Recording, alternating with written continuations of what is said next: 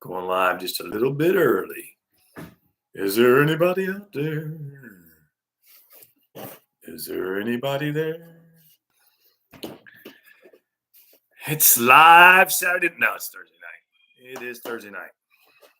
No, let's see if anybody shows up in the chat. Hope everybody's doing well this evening. A little bit chilly here in the greater Cincinnati area. Didn't get out to ride today, unfortunately. I think it topped out at 65 degrees, and I was not going to ride in 65-degree weather. So you get on the bike at 65 degrees, you're looking probably what? With the wind chill, I don't know, about 20-degree drop from there, maybe. I don't know, something like that. I posted this live up on the community. I don't know if anybody's seen it. We'll find out here shortly if anybody comes on.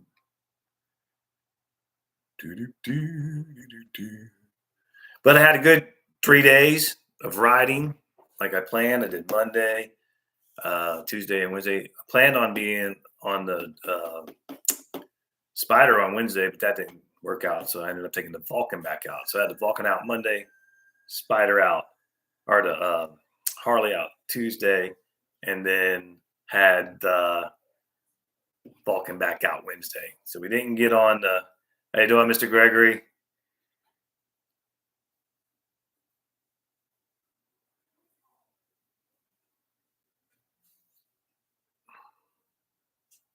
Two, 4. Bill. Guys came along, Fogzilla. Yeah, but I was planning on doing the Spider again on Wednesday, but I think the wife was not happy with me taking her Spider out, even though she's not riding it. So I decided, well, I'm not going to make the wife unhappy and take her Spider out, even though she's selling it anyway. But it is what it is. I think tomorrow is supposed to be, I want to say 75 degrees. So we'll be out again tomorrow. We got to get those rides in, man. Got to get those rides in. Let's see. I will check the weather real fast. I ain't scared. Yeah, I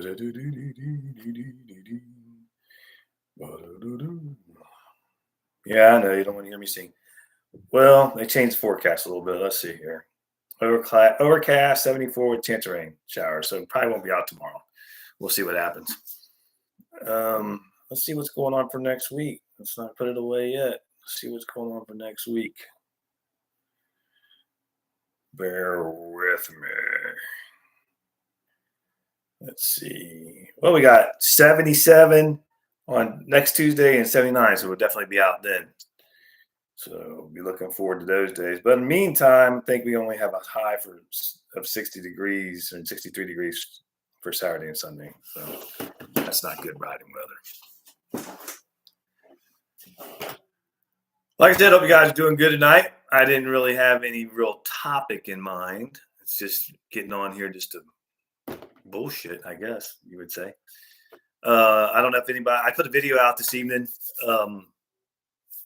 and I don't know if any of you guys seen that video yet. Probably not too many have seen it. Let me check on it. Yeah, it doesn't look like it's had too many views yet. It's about will we recognize our final ride on our motorcycle? So I'm going to touch on that a little bit. Well, you know what? Checked out the video. It's a good video. It really, it's a good topic. Check it out when you get time.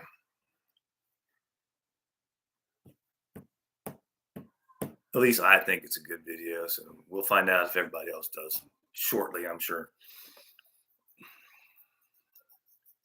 Desert Outlaw, Moto Palm, Virginia. Hey, Moto. How you doing, brother? 2-4, did you see it? Did you see the video this evening that I put out?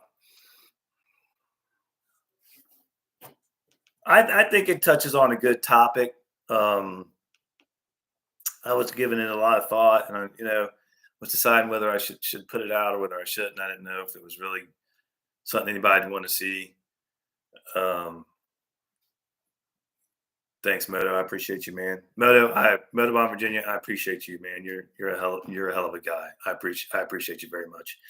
I appreciate all of you guys. You guys are all great guys. But yeah, it's a topic that I wasn't sure that anybody'd be interested in, but we'll see. We'll see if anybody's interested in it. I have a new grandson that was born this morning. His name is Hayes. He was 6 pounds.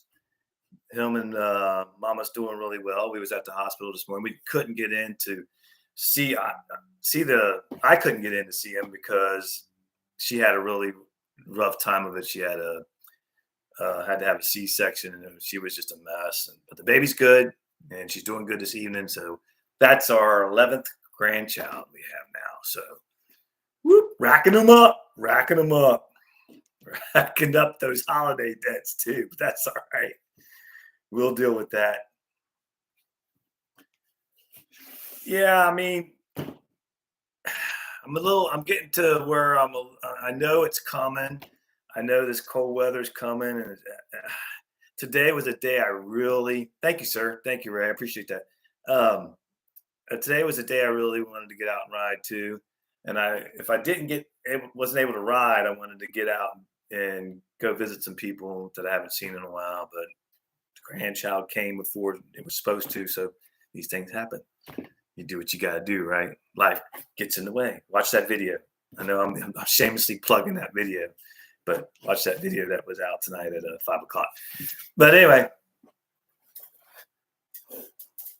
hopefully, like I said, we'll get out next week again. I wish I lived. I think I seen Ray say it was going to be 85. You got 10, Ray? Yeah. Whew. That's a lot of grandkids, man. That's a lot of grandkids. But that's all right. They're great. We call him little surfer dude. My little grandson that's here today or tonight. His name is Hyatt. He's something. He's awesome. But all my grandkids are awesome. They're all awesome. Now I got off track. What was I saying? Lost my train of thought. Well, I might as well just be on a bike motovlogging because that's what I do then too. What was I saying? Somebody tell me, what was I saying? What was I? I was on to something. Damn it, if I didn't lose my train of thought. Man, it is what it is. But yeah, no big real topic. Just wanted to get on here and try this out. I wasn't big on doing lives. I never even thought I would do a live. I never even gave it any thought other than, I'm not going to do a live. I'm not interested in it. But hit brain fart, yeah. And I never was interested in doing lives. And I thought, it's just not my thing. I think my biggest thing I'm good at is doing my videos from the garage. I'm not a real great motovlogger, I guess you would say. I'm not a good person to be on a motorcycle out there doing a motovlog, talking to everybody or doing a video because I get distracted real easy. But I think my best videos come from the garage.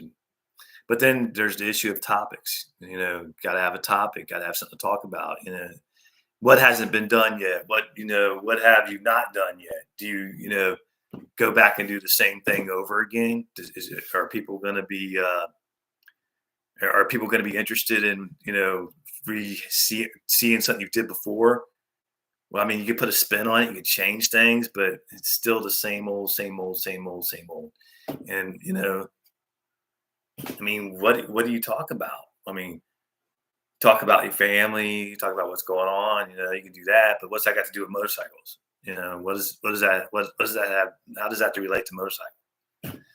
I don't know. It's motovlogging and YouTubing is not an easy thing. I know I talk about this all the time, especially on my videos, but it's just not an easy. It's not an easy thing to do. But yeah, rehashing. Yeah. But some of you guys got it, like Gregory Rides. He can get on there and talk, and he can get on there and he has appeal. He can get on there and motovlog. I mean, he does a good job at it. Motobomb, you do a good job at it too. Motobomb Virginia, you do a good job at it. It's not my strong suit, and it's not. It's just not. It's not something I'm strong at doing. There is a personality, Frogzilla. There is a personality behind the motorcycle. Absolutely. I agree with that 100%. And that's the thing. Do you have the personality to do it? Do you have the personality to keep somebody's attention? Do you have that charisma, charm? Does people gravitate towards you in order to, can you hold can you hold their attention? You know, it, I mean, sometimes I can get on a video and it's like, after 5 or 10 minutes, I'm like, but it's like that. It's hard to hold people's attention. It's hard to get them. I mean, you really had to have something that they're interested in hearing. Does people want to hear about my daily life all the time? Yeah, I don't think so. Does people want to hear hear about my daily struggles? I don't think so. But maybe. I mean, I don't know. Maybe it's a way for people to vent, and that's okay too. And I have, if you watch my channel for any length of time, and I know you have, Mr. Gregory, I used to do rant videos. I'd get on there and I would just, something would just rub me wrong, whether it be in the motorcycle world or whatever, something happened out on the road, and I would just rant. I used to call them rant videos. I did it for a little while. I didn't do it that long, but I would get on there and just, it's just a bitch about things, because some things do aggravate you, and you just get on there, and sometimes it starts out in one aspect of something, and then it turns into just a big rant, and you just end up ranting. Does people really want to hear you rant? Looking at me right now, I'm just rolling on, just talking. Does people really want to hear that? I don't know. I guess we'll find out here shortly. I think we only got like 6 watching right now, so we'll see if we draw anybody in.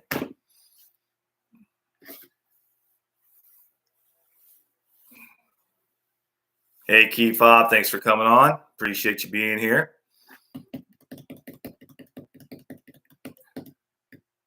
It's about using, bonding, and being there for each other. Well, that's true. It's true. We have a great community. I didn't even really realize we had a community until Motorbomb Virginia kind of brought that community out. He was something that came in and actually brought the community together. I mean, I had people that watched my channel all the time, certain people like Ray Gregory Rise. There's plenty of people I can mention that's been there from the beginning. But as far as a YouTube community, I never really thought of that, and really never put that in, just never was really in my mind. Yeah, I mean, you watch each other's channels and you get to know each other through, watching their channel and stuff like that. But when Motorbomb came along, he put us actually in the live stream together, and that, boom, there you go, man. You have a community. So it's pretty awesome. I love it. But on the other hand, too, you have a channel that you have to make sure that's getting views. You have to make sure that you're putting good content out there. And if you go watch that video I put out earlier tonight, it talks a little bit about that. But it's sometimes becomes so distracting that you don't really enjoy what you're doing. You get to the point where it's like, man, I'm just, I got to go do a video, and I gotta edit that video. I got 5 or 6 videos I got to edit, and man, I don't really feel like it. You start to become overwhelmed with that stuff, and you start to become, I don't know, you get kind of like, you still want to do it, but you kind of, on the other hand, like, I don't know, it can wear you down. That's why I always say, and I really mean this sometimes, and I'm guilty of it, but sometimes we just need to take those cameras, take everything that we're doing, everything, mics, everything, just take it off the bike, get rid of it, put it up on a shelf somewhere for at least a day or two, and just go out and sorry, that's my phone. Just go out and ride. Just go out and ride without all that other distraction, because sometimes you just need a break from it all.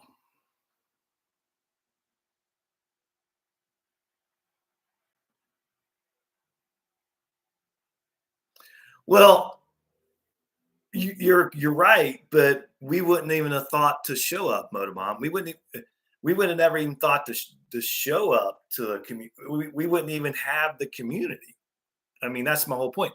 And I'm not trying to make you feel a certain way. I'm not trying to put anything on you. Like, I mean, but I think it's great that you came along. It's like tonight, what I'm doing tonight, what I'm doing right here, right now. I would have never even, like I said, I would have never gave a thought of doing a live. It wasn't something I thought about doing. It's like, yeah, yeah, you're doing live, okay. But since you came along, put us all together, put us on live streams, doing all this stuff, and I thought, well, that gave me open my eyes to say, well, maybe it's something I should try. Whether it's successful, whether it goes anywhere, whether it does anything for the channel, that's, it is what it is. But at least you put it out there and present it and you try it. If it works, it works. If it doesn't, it doesn't. I mean, it pretty much is what it is.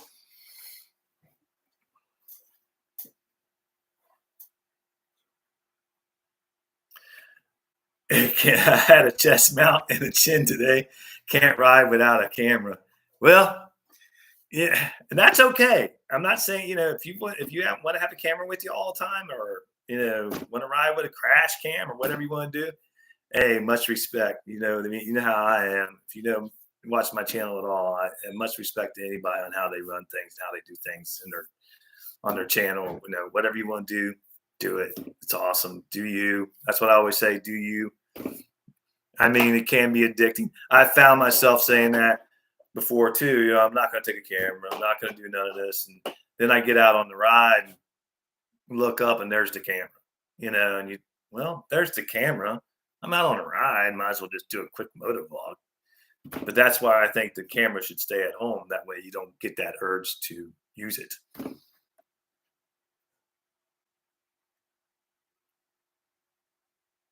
Yeah, it does. You're right. It does.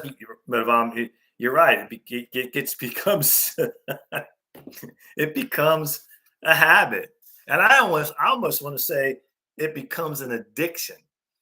I mean, it does. It becomes an addiction where I was thinking the other day, I was thinking, man, I'm looking at my analytics, I'm looking at, YouTube, and it's like, can I go a day without looking at this stuff? I haven't tried it. I haven't tried it yet. But I'm thinking, can I go a day without looking at YouTube at all? Can I go a day without looking at my analytics at all? Can I go a day without without thinking about YouTube? Can we just go a day without looking at this? Can we go a day without even? Can we put this in a drawer somewhere and say, I'm not going to look at that for today? Yeah, I don't know. It'd be a hard thing for all of us to do, I think. Addiction is on the spot.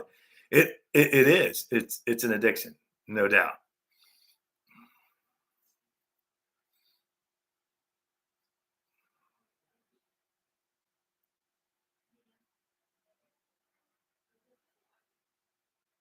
And no, no, no. Right, Gregory. No, no, no, and no, we cannot. I'm not sure what he's answering to there. Maybe he's got something. I'm not sure what you're saying there, Ray. But if you're talking about no, we can't do without the phone and without YouTube, yeah, you're probably right. But I think we should give it a try. At least I'm going to try it. I'm going to try it on my next ride. Uh, on my next ride, I want to try to just leave it all at home. Instead of having my phone sit there on the handlebars, I want to just take my phone, put it in the saddlebag, because you always want to have your phone just in case the bike breaks down or you have an issue or trouble or anything. I want to throw that in the saddlebag and just try to do it out. Just try to do it out it for a day.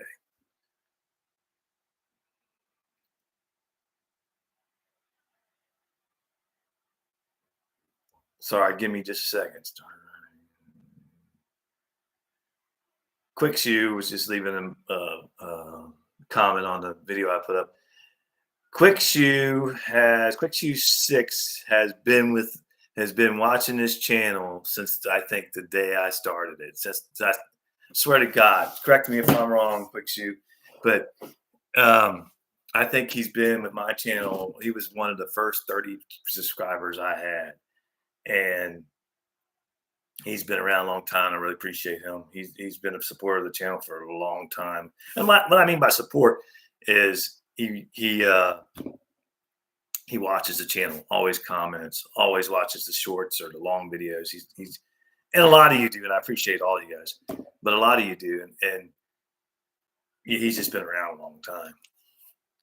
If we don't get too many people watching us here, watching here soon, I won't keep you guys on here very long because I don't want to put you guys through some boring stuff. You guys can watch my boring stuff on, on my shorts and my videos.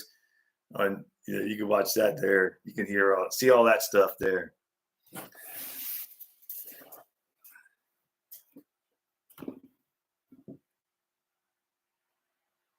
What was that? It went too fast for me. I tried leaving the house with the camera sometimes, but then I wished I had it. Yeah, I've been in that situation too, where I left the house without the camera, and then when I didn't have the camera, which is very rare, I was like, "Wow, shit, I don't have the camera." So that's that. Yeah, I mean, yeah, I see your point there. Maybe miss something, or it's like, wow, that would have been great to get on. That would have been great to get on video, and then you don't have a camera to get it on video.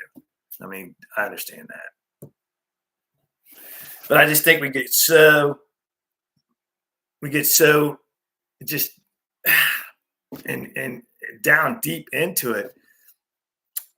It's like, I have my certain addictions. I mean, I have my certain things that I like. I just simple one like Sprite. I mean, I love Sprite. It's an addiction to me. I've tried several times to stop drinking Sprite. I just can't stop drinking Sprite.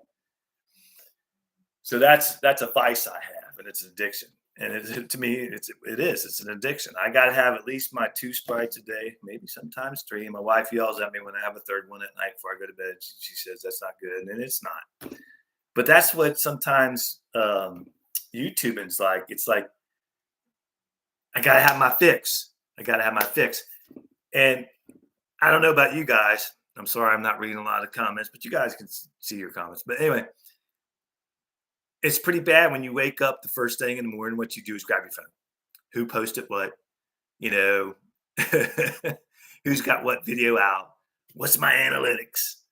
And every Wednesday, as soon as I wake up, I know it's going to be there. I'm right on Ray Gregory Rides. I'm watching his Wednesday Hump Day videos. So it's like it can become a serious. It's like anything else. It can become an addiction.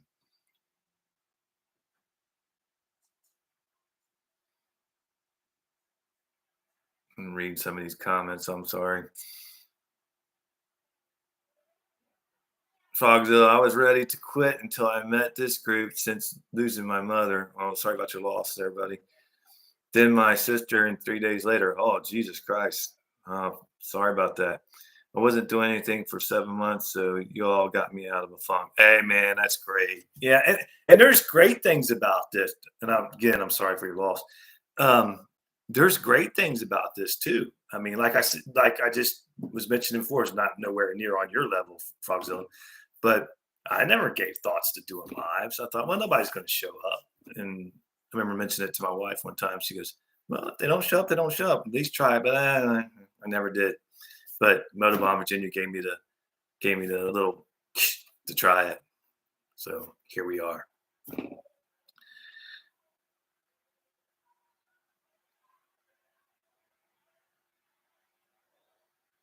What was that, Moto? Yeah. Motobomb. Yep.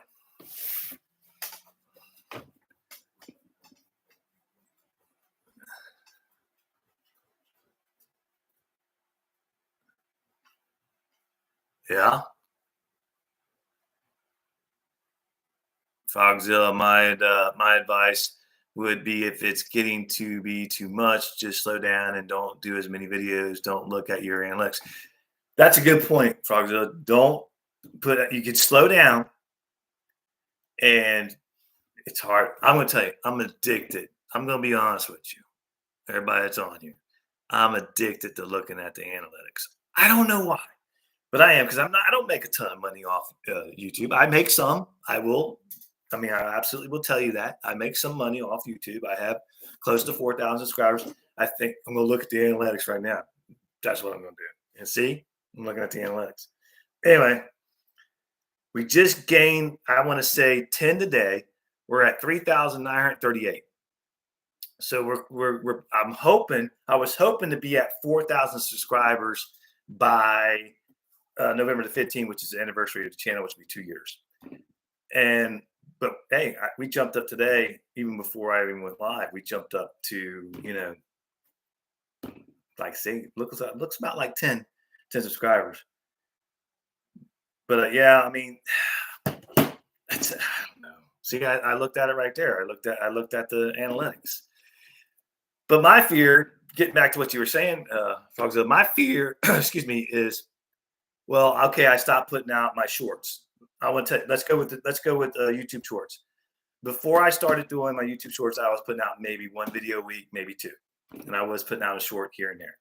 So I decided, and I heard from somewhere, Ankle Eye, a fellow YouTuber, that said, "Hey man, you need to do something. You need to put up more shorts." He said, "Shorts are what's going to gain you attention. Shorts is what's going to grow your channel," and he wasn't lying. And now a lot of my shorts, you guys know, they're all just motorcycle, with me on the motorcycle with music.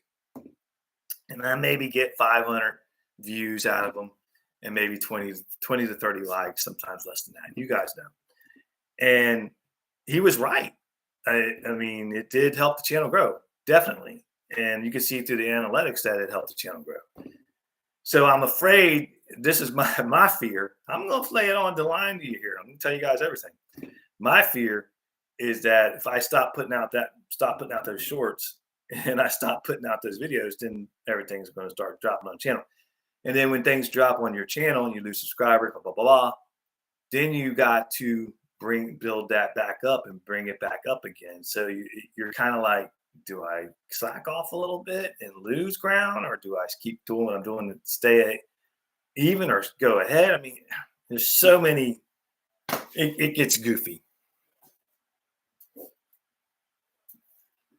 No, I mean, it makes sense to, if you're becoming overwhelmed, it makes sense to back off a little bit. But I wouldn't say I'm becoming overwhelmed. I think if I wasn't retired and I was doing this, then I wouldn't be doing it as much, probably, because I'd have to focus on my job, which a lot of people do, and that wouldn't be such an issue. But when you're sitting here, and especially when you can't ride and it's the wintertime and you're just like, got your phone, and it's just like, it is what it is. You just go to it.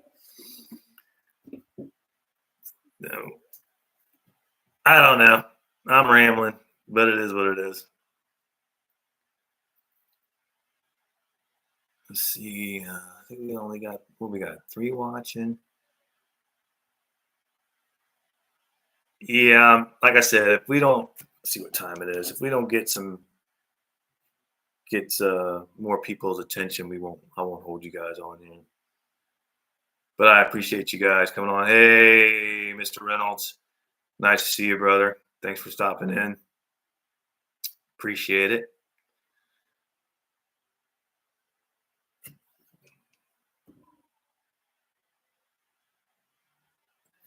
Yeah, I mean,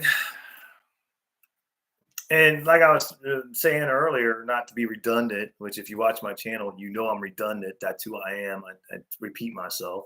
That's another thing. I just reminded myself of something. I was talking to Motorbomb about this the other day. Be who you are. And if somebody leaves a comment on your channel saying, directing you on, you shouldn't say this, or you shouldn't say that, or you shouldn't say so much, or you shouldn't say, so much. If that's who you are and that's the way you talk and that's the person you are, don't change who you are. I don't like fake. I've been on channels before where you could tell it's an act. You could tell it's not really, they're not genuine. That's who they're portraying on their YouTube channel is really not them. So my advice to anybody, and this is just the way I feel about it, is be yourself. Even if people criticize you or saying, well, I had one guy say, well, you said something 3 times, so I'm shutting you down. I'm shutting you off because you repeated yourself 3 times. And I'm like, well, that's your prerogative. If because I said repeated something 3 times and you don't want to watch the channel or you don't want to watch the video or whatever the case may be, that's fine. Much respect to you. I respect that. You don't have to watch, but I'm not going to change who I am. I'm going to be real with my audience, period. I'm going to be real with you. I'm going to show you who I am. This is me. That's why I'm doing this live a little bit tonight too, to let everybody know, hey, this is John. This is John behind the scenes. You're going to see the same John you see on the motovlog. You're going to see the same John you see in the garage, doing the videos in the garage, how I started out, sitting on the motorcycle. I don't do as many of those anymore, but probably be a little more. Well, doing now, I'm going to probably do a live once a week, and that'll get me through the winter. But you're going to see me. I'm not going to fake anything. There's nothing fake here. I'm not no tech guy. I'm not have all this experience in editing or anything. What you see is what you get. I'm genuine, and I know a lot of you guys out there are. Just don't ever be ashamed to be you. Be you. Be you on your channel. Be you. I hear guys say, well, you got to do this. You got to, not do, like I said, or you can't say this, or you can't say that, or you got to, if you make a mistake and you misspeak, you got to edit that out and edit this out and edit that out, because you misspoke. I ain't editing none of that out. That's me. That's real. That's what happens. If I'm out on the motovlog, I might misspeak. I might crumble some words together. But that's me. You're getting me. That's what you're getting. And apparently apparently it works a little bit, or I wouldn't have 4,000 subscribers. That's another thing I want to touch on. See, I'm reminding myself of what I want to talk about. I should have had notes right here, do it like the pros. And a little, hey, here we go. I got them right here. Got them right here. Little note cards. Hey, say this, talk about this, do that. Yeah. But just be you. And there's going to be some, I guarantee you there will be people out there that'll watch your channel because you're being you. And they can see that you're genuine, and they can see that, you're not putting on an act or putting on something. When they say putting on airs,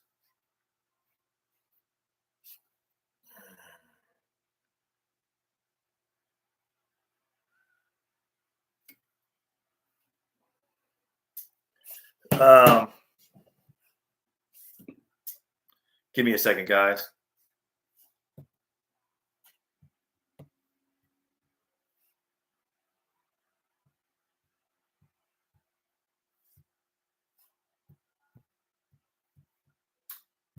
My bad.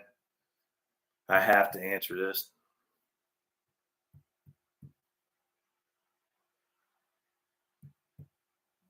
Don't.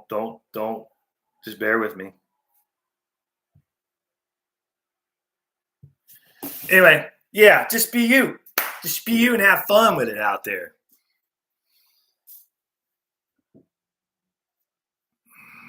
Let's see and read some of these comments that are going by, so I'm sure I'm missing some.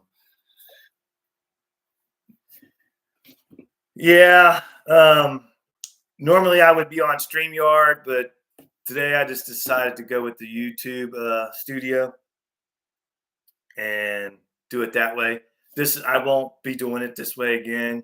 Next time I'm on live, it'll be through StreamYard because it's not cheap. I mean, they do have a free version, and I probably should have went with that, to be honest. But with when you pay for a plan, you get more options. You do, but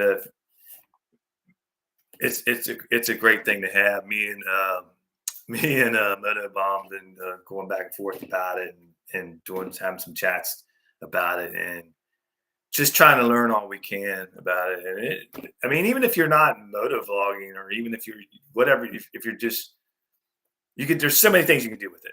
Just so many things you can do. But there's a lot to learn, and I'm trying to learn. Hell, I'm just now. If any you guys, I'm sure I was doing a lot of my editing on my phone. Well, all my editing on my phone, and I got with Dean from Motorbomb, Virginia, and got with John from Road Reality, and They told me what I needed to do as far as a computer, and now I got that ability. I've been doing some editing on the computer, which is weird when you're on your phone doing editing on your just little. You know, it's so much better on the computer, without a doubt. I had a computer or laptop, but it it would lag behind in the video, and it was not good. But I tell you another thing. Yeah, I'm all over the map. I'm sorry. I'm sorry. I'm all over the map. But I'll tell you another thing. Like I was saying earlier, I do make some money off YouTube because I do have the 4,000 subscribers. I don't know how many watched, but so I do make a little bit of money. I think that comes in from the shorts, to be honest with you. It's not a ton of money, but you got to be careful when you're doing motor vlogging and YouTube stuff. You got to be careful because you can end up spending a ton of money on cameras, mics, laptops, and stuff like that. And you're not really getting a return on it. I mean, yeah, it could be, if it's just a hobby for you and that's great and you want to do it and you got the means to do it, that's, hey, much respect. Go do what you got to do. I'm doing it. But it can be a very expensive thing.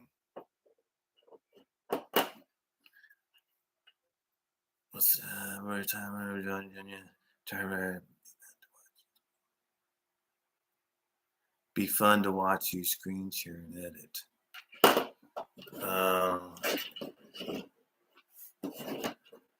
Don't put me on the spot with things now.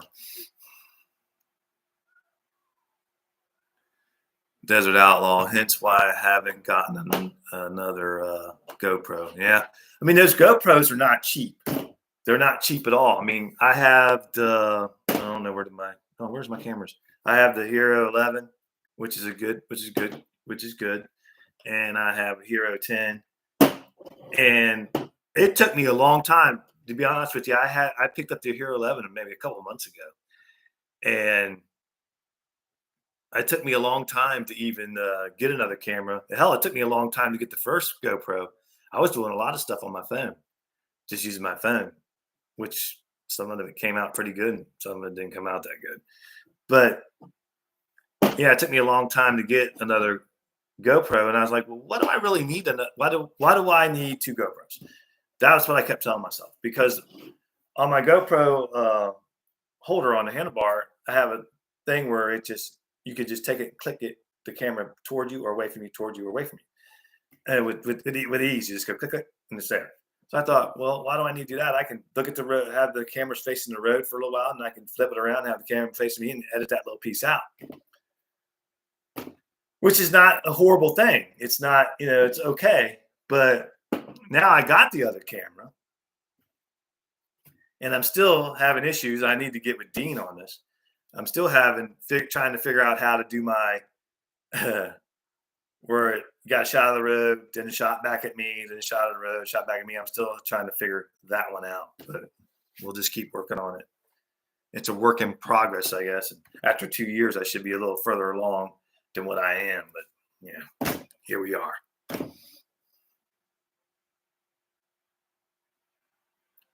So, oh, you got the Hero 10 and 11 too. Oh, my God. Oh, that's cool.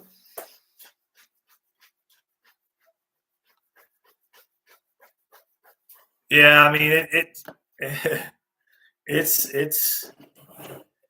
a job. Let's face it. I mean, it's a job. I love it. I love doing it, but it's a job. I mean, it is. It's work. You got to put in the work, man. You got to put in the editing. You got to put in all that time. John from Road Reality, excuse me, John from Road Reality. I mean, that dude, man, he's a wizard at that stuff. I mean, I don't know how he finds the time. He's got his wife and his kids. I think he's got two young kids. Correct me if I'm wrong. I don't see him on here tonight, but yeah, I mean, I don't see how he finds the time to do all that stuff. I mean, I'm retired and I have time, and I couldn't do the stuff he does. He must not sleep at all. But we're going to have him we're gonna have uh, John from Road Reality Monday. Is that the 28th? Correct me if I'm wrong. The Monday's the 28th, right? Yeah. We're gonna have him at 8 o'clock on Monday,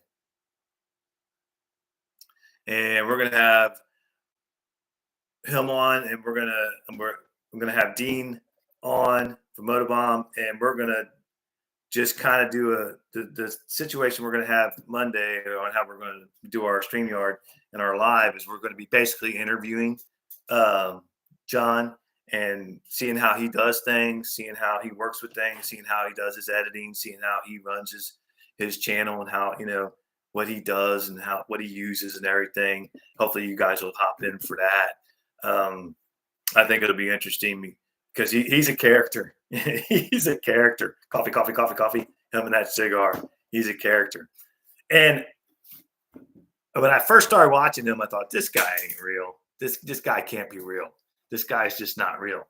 And this can't be him. This is not who this guy is. But that's who John is. That's him. I mean, he's something else. So hope you guys come in on Monday at 8 o'clock and welcome John from Road Reality in, and we'll have a good time talking to him. I'm looking forward to it.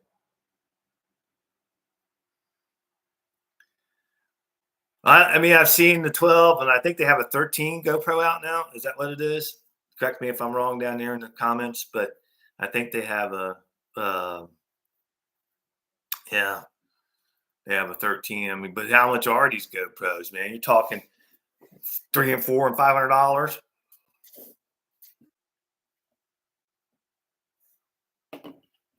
Who knows?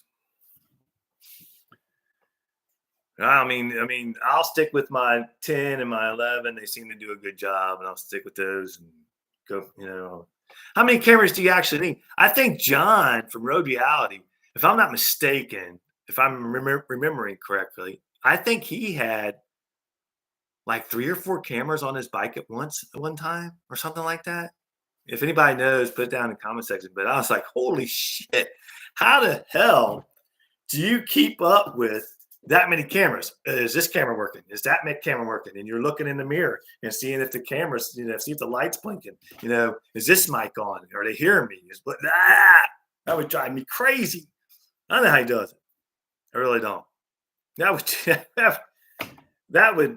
would drive me nuts. I mean, 2 cameras for me. I got one maybe on the crash bar, or I got one maybe on the saddlebag guard to get my shot to my side view there where when I'm not shifting gears right. And that right there is enough for me. When I got my full face helmet on, I'm trying to look down at that camera down there and trying to make sure if I have it on my chin mount, make sure that's working. And to try to do 5 cameras or 6 cameras or whatever some people do, shit, I'd lose my mind. I'd go nuts. $399, and that's for what? That's for what, Mr. Gregory?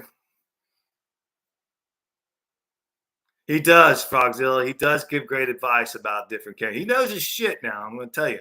He knows what he's talking about. That's for sure. But knowing what you're talking about and then putting it to making it work. I mean, he may be able to do that, but I would be I don't know if I could do that. I really don't. Man. Right now, I don't use any. I tried to use a wireless mic the other day when I was doing a live, and it didn't work out. When I was on one of my motorcycle rides the other day. But as far as any other time when I'm motovlogging or anything, I use wired mics. So I got a wire going from this mic and a wire going from that mic. Now I got the wire for if I'm just doing my videos for the road, nice country roads that I'm putting up on my shorts. I got my mic running to my exhaust, so you can hear the exhaust better. And then I just got the mic running up my shirt and into my thing from my GoPro. And then I just got it up in my helmet, which we got to go Bluetooth or something because that's getting to be a pain in the ass too. So always got a wire, and I always forget that wire's up in my jacket or up in my shirt. And I try to get off the motorcycle and I'm ripping things apart. It just can be a pain in the ass.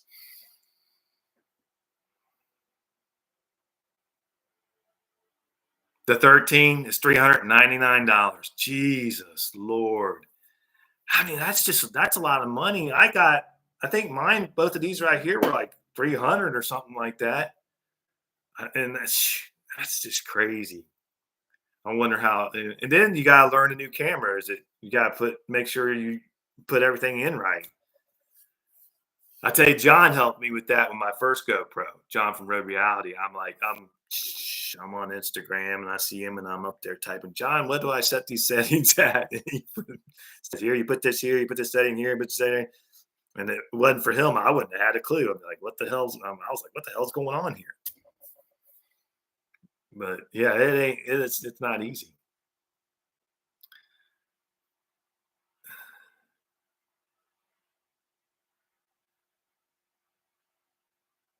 That's true, Motorbomb. You're right. You're right on that. Wired mics, yeah, you ain't got to charge it. You ain't got to worry about the Bluetooth, and it's just straight. Yeah, I've had compliments on my mics before. People would say, "What are you using?" You know, when I was wearing my hat. When I wear my hat, this is strange. Answer me this question. Answer me this question. Hey, Salty, answer me this question. When I have my full face helmet on and I have my mic in there, you can hear wind noise. Okay. If I have my half helmet on, which they ain't worth the shit to do protection, but that's another story. And I have my mic clipped right here in my shirt, I get less wind noise and interference with my mic right here in my shirt than I do with my mic inside my helmet, if that makes any sense. And I've gotten many compliments about my mic setup, and I'm like, I mean, it's just a mic. I'm just wire slid up underneath my shirt and it's sitting right there. I mean, it's weird though.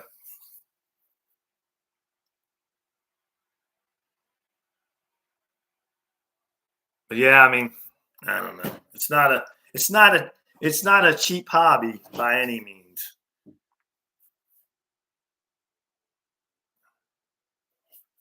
No doubt.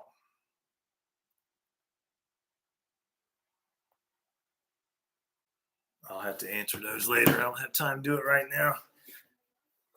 But yeah, I mean, I don't know. Guess we like it. I guess I can't. I'm not really. I guess I am bitching a little bit. I guess I'm bitching. Am I bitching? Am I ranting? Am I bitching about it? Maybe I am. But apparently, I must like it because I do it. I still do it. You know, I got some money tied up into it. That's for sure, no doubt about it. So I must like it. Desert Outlaw. I think I paid close to 500 for the 9 at the time, so I think they're getting cheaper. Wow. Yeah, yeah. Well, they do tend to come down in price after a little while. $500. Wow, that's crazy.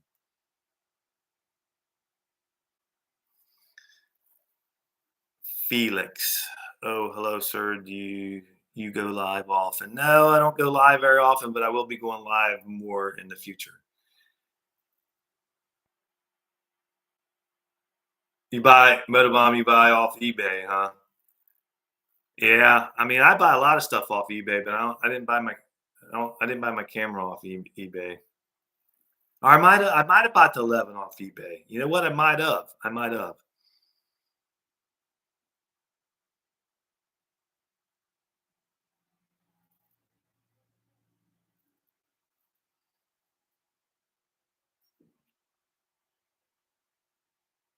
Yeah, I might have bought it. I'm not sure. I don't remember. Now I'm second guessing myself here. I don't know. I bought it off eBay or not. Yeah, shit. I'd have to look. I don't know. But anyway, yeah. I don't know. It's an experience. It's a very definitely an experience, and it's been a good experience so far. Got to meet a lot of that's the next thing. That's one thing I want to talk about too. Well, I got you guys on here. Is uh I haven't met not one of you guys in person yet, and I'm really looking forward to meeting you guys. I'm looking forward to VAM 25, I guess it would be called. I'm really looking forward to that. And I'm hoping all you guys are there because I'm looking forward to meeting you guys. I'm looking forward to going on a ride with you guys. I think that's going to be, that's one thing next summer we got a lot of things going on. But I told the wife, I said, we're going to this one, and that's that. And uh, uh, I'm looking forward to meeting up with you guys, a lot of you guys, and going on a ride, and just hanging out with you for that week. That's something I'm really looking forward to.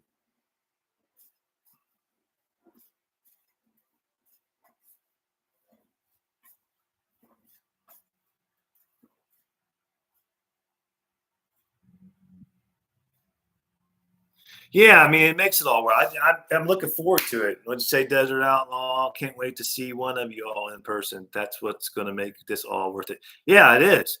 I mean, it's great to be on here, be on a live, and be on a chat, and be on StreamYard, and have 5 or 10 of us, 6 of us up at one time. We see each other on video, but seeing each other on video is one thing. Seeing somebody in person is another thing. I still think we get an idea of what kind of person you are, what kind of person they are, but seeing somebody in person, that's makes it all totally different. That's what I'm looking forward to, getting out and just get out on the bike and riding with you guys. That's something that I'm looking forward to, something important to me, so I can't wait for that. Yeah, it's going to be fun. It's going to be freaking awesome, man. I just want to. It's like hurry up, and get through these winter months, get to it, so I can go out there and see these people, man. Meet these people, get to shake your hand. You know, can't wait for that. That's something I'm really looking forward to. I'm really excited about it. When it was BAM this past year, we had something we had a trip we were going on. BAM, I'm sorry, and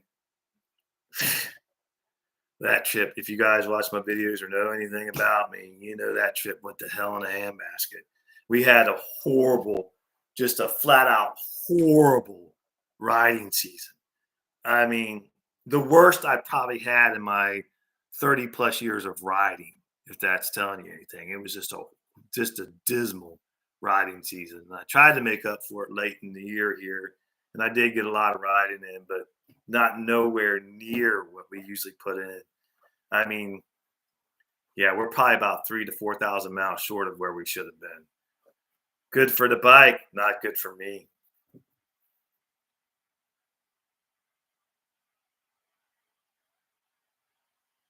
Salty Badger, yes, Moto. I'm went on day 12 in hospital. Oh, sorry to hear that, Salty. Man, prayers to you. Hope that you get better soon. Yeah, that's what I hear, Ray. You have a great time, sitting around talking tonight. Yeah, I'm definitely looking forward to it, man. I can't tell you how much. I just want to be able to sit down, just be right there with you guys. Being on the live, like I said, is great, but to be right there with you guys, have our bikes there, man. I mean, it's like I'm a giddy like a kid, ready for it. Yeah, absolutely. Sending prayers your way, Salty. Definitely sending prayers your way, man. Definitely. Yeah, I'm antsy. I wish we could get together before then. I know that's not going to be not it's not going to happen. It's just late in the year and it is what it is. But I'm ready. I'm ready for the next one. And that's something too that I wanted to touch on, which I don't have my note cards, which I probably should have. Is wind therapy. That basically is what motorcycle riding is, man. For a lot of people, I mean, it could take you from a bad place to a great place in a matter of just sitting on your bike. What else? I mean, ain't that amazing? What what else does that? I feel, you know what? I feel sorry for people who don't ride because I don't know. Just even the thought that they could say I'm having a bad day or I'm just not in my mood. My mood's just not good. And the thought that I know I'm getting ready to get on that motorcycle, just the thought, even before I sit down on the bike, the thought of getting on that motorcycle, it just changes everything. And then once you sit down into that seat and you fire up that engine and you hear that exhaust, it's like melts everything away. There's nothing like it. There's nothing like it. Sound like a politician right there. There's nothing like it. There's nothing like it. There's nothing like being out in the wind. And there isn't. There's nothing like it.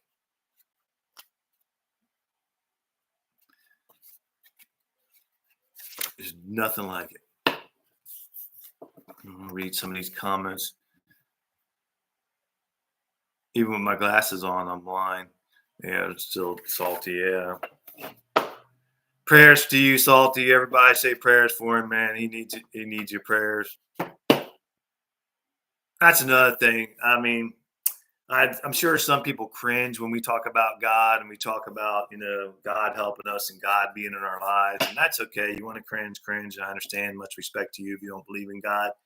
That's your choice. You do you. I have no issue with it whatsoever. But yeah, God's real. God will help you. If you got any problems, you need any help, you got things going on in your life, you're injured, you have addiction, you have anything in those problems, reach out to him. Reach out to him. Reach out to God. He's there for you. He'll help you out. All you got to do is just call on his name, man. All you got to do is call on his name, and he's there. He'll help you. I know from experience, he's helped me many a times in situations I've been in. I've been in some bad spots before in my life. I've never been addicted to any drugs, but I've had other issues in my life. And I ain't afraid to tell you. I'm not afraid to tell you. I've suffered with some depression and things like that in my younger years. And if it wasn't for God, who knows what would have happened. So I'm gonna give a shout out to the man upstairs and tell you he's there to help you if you need him.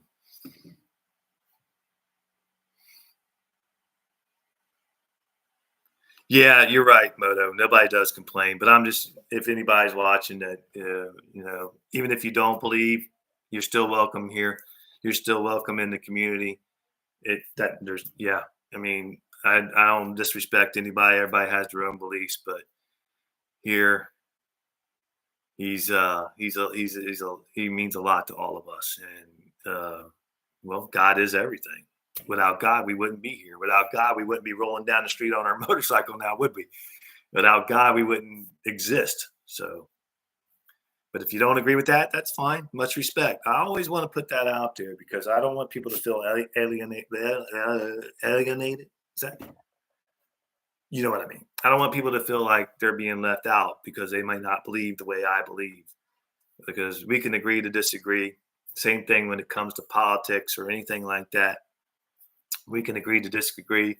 We could still shake each other's hands and we could still be friends and we could still rock it together and we could still ride down the road together. We don't have to agree on everything and we don't have to be mad because we don't agree on everything. We could just, if we don't agree on, just don't talk about it. Just let it roll. Just, we don't have to agree on everything to be friends. That's for damn sure. Salty Ben. Jesus rode a Harley Davidson. Hey, he might have. Who knows? Yeah, well, that's another thing. I'm glad you brought that up, Salty. You're going to put stuff in my head. I'm going to keep you guys on here forever. We don't care what you ride here. I don't care what you ride. I don't care if you ride a Sportster. It's not a woman's bike. If I get so frustrated, I've done plenty of videos on that. You can look back through my videos. I'm sure you'll find them. A Sportster is not a girl's bike. 3 wheels is a motorcycle. If you put your leg over it and you straddle the motorcycle, it has handlebars, it's a motorcycle. Now, this I'm going to say, and probably people are not going to like it, but that's okay. I know the community won't mind. But a Spider is a motorcycle. You put your leg over it, you have your handlebars, it's a motorcycle. Yeah, the wheels are in front, and it's a different ride. You guys are. I think you guys are getting the point. I like the Spider. Okay, I like the Spider. It's not going to take. Like Meadow says, I always point this out, but it's not going to take the place of the Harley. And Harley's not going anywhere because she's selling the Spider anyway. Which, to be honest with you, I don't know why I'm whispering, but to be honest with you, I'd rather it just stay. But we'll see what happens. And I'm thinking about taking the Vulcan down from being for sale too. I think I'm going to keep it. The last 2 days I've rode, it's like, hey, this is a pretty nice bike. I got a video coming out with me on the highway on that bike. Yeah, it's a fast bike. Yeah, I'm looking. I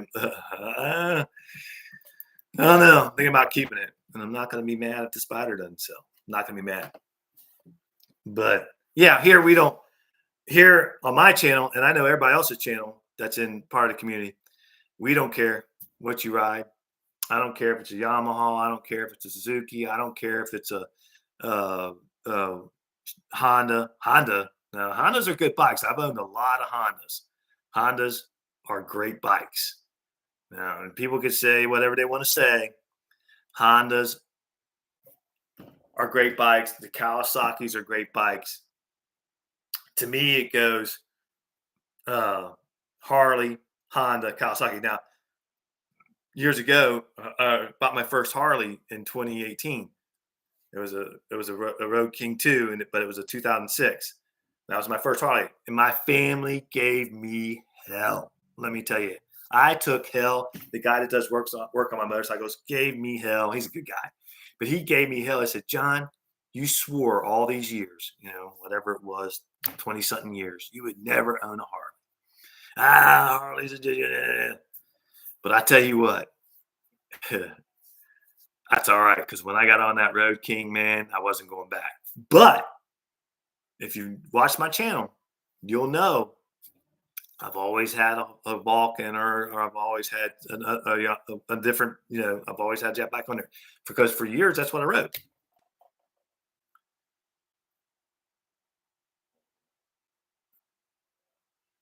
Yeah, I mean, I don't make fun of anything anybody rides. I mean, my sister rode a Can-Am Riker, and she loved that thing. Unfortunately, we were out on a ride one day, and a couple years ago, she hit somebody head on. She went across the yellow line and hit them head on. And we had just stopped at a light, and I asked her. I said, "Are you okay? How are you feeling? Because she hasn't been riding that many years." And I said, "Are you okay?" And she's a good rider. She really was. She took trips with me. We went down to Red River Gorge, places like that. And she said, "Yeah, I'm good." And we made our turn and we went up the road.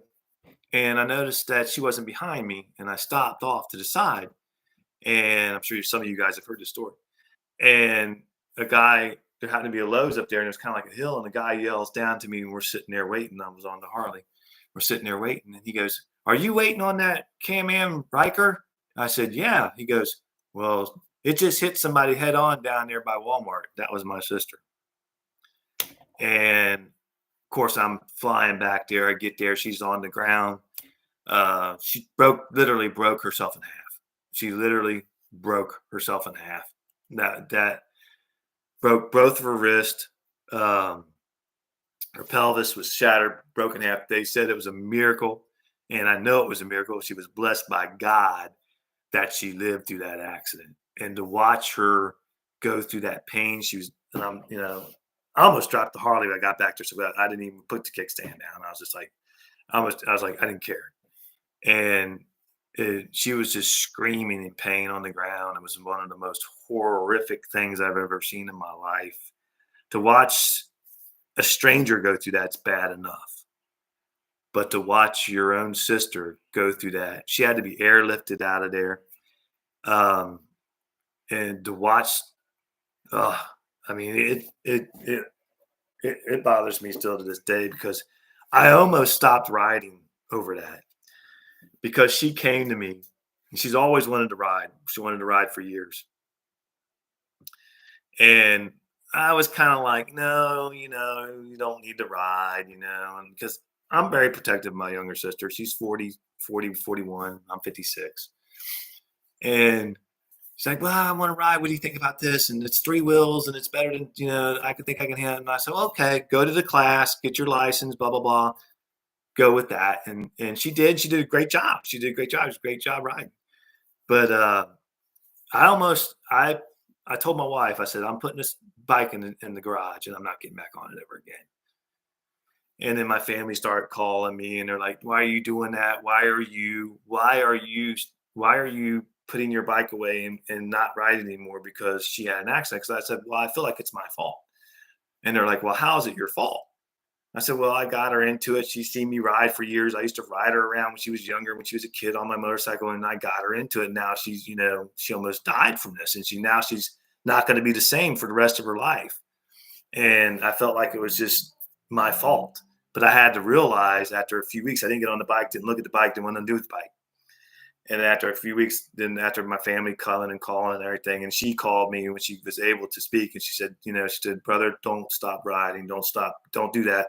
It's not your fault. And to hear her say that, that kind of changed my mind a little bit. And I just said, you know what, we'll just keep on going. We'll keep on keeping on. And I feel bad for her still to this day. She still can't do a lot of things. She can't work. And I'm sorry, I haven't been looking at the comments. I'm sorry, I get rambling. I'm sorry, but I will get to them here in a minute. And she just told me the other day, I called her up, and it's kind of choking me up a little bit. But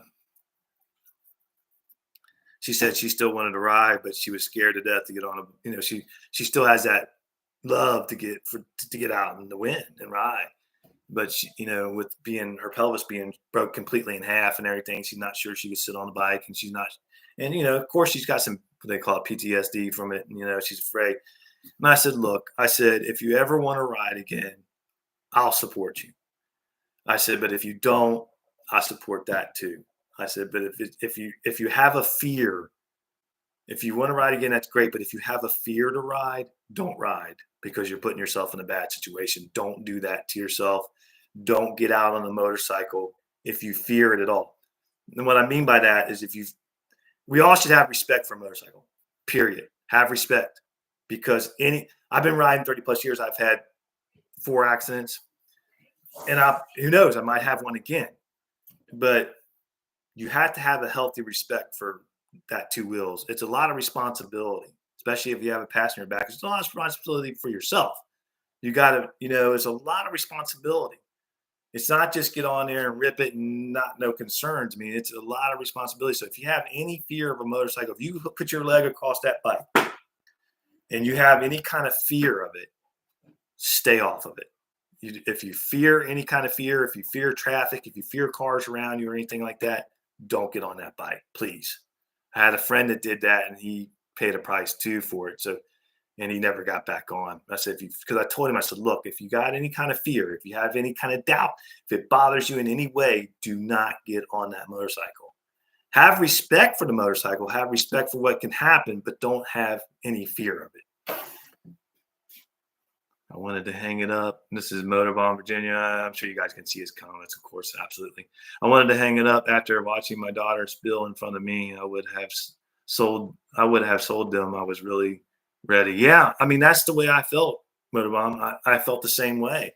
I was like, man, I mean, not because I was scared. It was just because what happened to her, and I just felt I felt responsible, because she got her love of motorcycles from me. I got my love of motorcycles from my uncles, because my dad didn't ride. And I was like, man, and I just felt like it was my fault. And this feeling over me, it was just horrible. She's getting airlifted to the hospital, and I was there every day. I was at the hospital every day, all the time I was there, and they told her that she might not walk again. She might not do a lot of, and boy, she's walking. She's taking care of. She's getting around. She's not like she was before. She's not the same person, but she proved the doctors wrong. They said, the doctor told her. He tells her every time she goes in to get checked. She has to go so often to get checked, and they told her she's got pins and rods and everything holding her together. Just they put her back together. I tell you, man, the medical people say what they want. The medical industry sucks. And blah blah blah blah blah blah blah blah blah. But I'm telling you what. And I know this too to be a fact, that God was guiding these surgeons' hands, but they did one hell of a job taking care of her, man. Never seen anything like it. One hell of a job. To be able to take a person that's split in half, basically just split in half, pelvis just gone. He came in and showed us. It was horrendous. To be able to put her back together like that, and now she's walking and doing her thing after, I think this is maybe the 3rd year. Going on 3rd year. And that speaks a lot for our medical industry, to be able to put her back together like that. And for the man upstairs, I'm just grateful to the man upstairs that she's still alive, because I'm telling you this. I'll tell you this right now. If she would have died right there on that street, after that accident, if she'd have died, I wouldn't be here right now. I tell you that right now. I would not be here. I couldn't have lived with myself. I would not be here right now. I would not.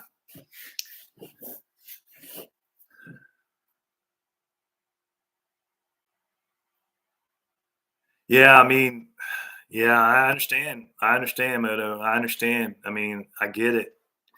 I get it. That's your family, man. And some people act like, well, oh, she just took a spill, or they, just man, when you see that happen to your child or your uh, sister or whatever hit the ground in front of you or on a ride you are on, that is crazy. The feeling you feel, it's just it's hard to just it's crazy. And I've seen where people have died sitting on their bike and just falling over and hitting their head on the asphalt. So I mean, yeah, it's crazy. It's crazy. Yep, that's right, Ray. By the grace of God, we're still here, and I give it all the glory to Him, because without Him, I would have not have made it to the accident I had. I mean, I was pinned underneath the car, woke up pinned underneath the car. I mean, it knocked me out for a minute, and I woke up. My eyes were fluttering like this, and I'm going to tell you something. This is real too, and I ain't gonna keep you guys on here too much longer. But I was under that car. I woke up from the accident. Had a guy broadside pulled out in front of me. My head was pinned underneath the car. Most of my body was pinned on each side of the car. Woke up. Well, before I went out, my eyes were fluttering like this. And I swear, God is my witness. When they say your life flashes before your eyes, it does. I mean, it was like a movie reel just went through my head, and I seen everybody, uh, my family, I seen my my parents, I seen people I hadn't seen in years just flash through my eyes. Everything just flashed. People that I just haven't seen for years, friends, you name it, was just going right around in my head. And then, yeah, I've never. That was crazy. And when people say your life flashes before your eyes, it does. It did for me anyway. I mean, I don't know about any of you guys, but it flashed before my eyes. It was. I mean, after that, I really believe. I said I never believed in that saying. Well, my life flashed before my eyes. I thought it was just some kind of sarcasm or something like that. But no, it does. It flashes before you. At least it did for me.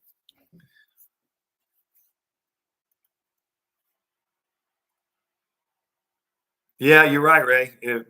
We're here for a reason. God spared us for a reason. When we go through things like that, when I almost died back in 2004 from my blood clot that I had, I'm still here. God has some reason for us. He's got some purpose for us. It might be the purpose of tonight. It might be to be a part of the purpose. Might be to be a part of the duct tape community. You don't know. He's got a plan for you. And some people. That's a good point, Ray.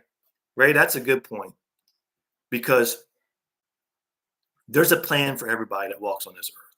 God has a plan for you. You might think that your existence doesn't matter, that nobody notices you, nobody cares about you. Let me tell you something, that's not true. There's a reason you're here. There's a reason you're here. God doesn't make mistakes. God don't put you here. God, you're not born into this world. I'm sorry, I'm going to get off on this stuff. We're not talking about motorcycles now. I apologize. But you're here for a reason. You have a purpose. Everybody has a purpose. I don't care who you are. I don't care what walk of life you come from. I don't care what color your skin is. I don't care what your country of origin is or where you're from, um, where you were born. I don't care. You're on this earth for a reason. It might be one simple thing. You might help one person in your lifetime, and that might have been your reason for being here. That's not the only reason you're here, but that might be the reason you were here. Everybody, every one of us. I don't care. There's so much division, and And even in the motorcycle community. I mean, there's so much division. We're all here for a reason. There's a purpose for all of us, and we should treat each other with respect. And I'll leave that go. But anyway, that's for another chat somewhere else. But we are here for a reason. And God, when we get into accidents and things happen in our life and we're spared, that's because we're still needed. We're still needed for somebody for some reason.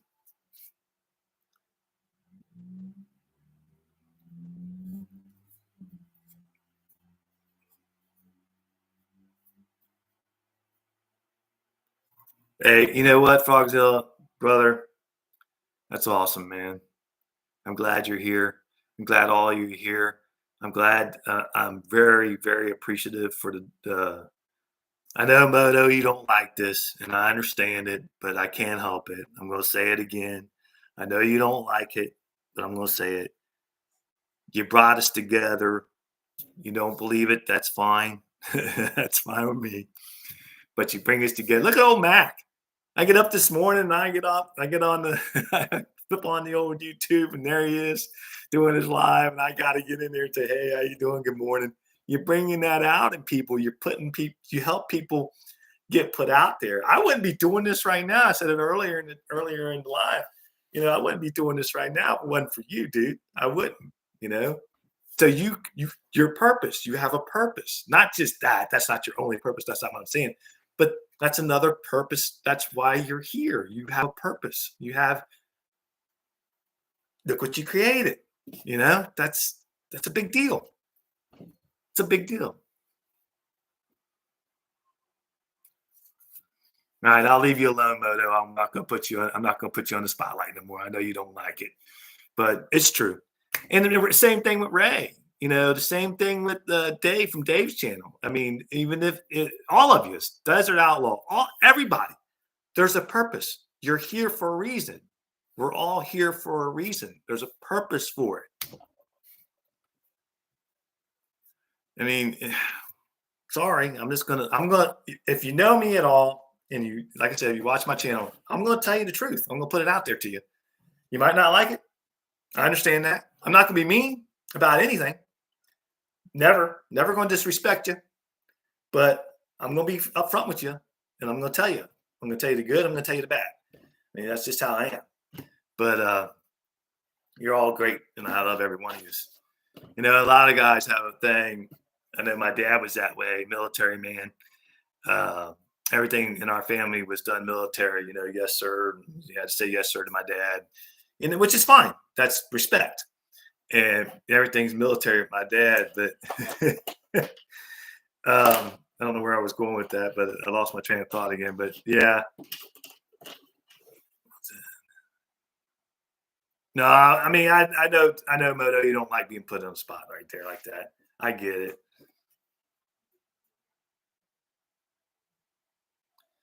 Good evening. I am writing this message to you using the translator from Cali. I send you a big hug. Sorry for the interruption. No interruption at all. No, more than welcome. But yeah, we all have a purpose. And I'm sorry, guys. I got off on something onto a tangent. Sometimes I do that. If you watch my channel at all, you know I do that. But hey, it's all right.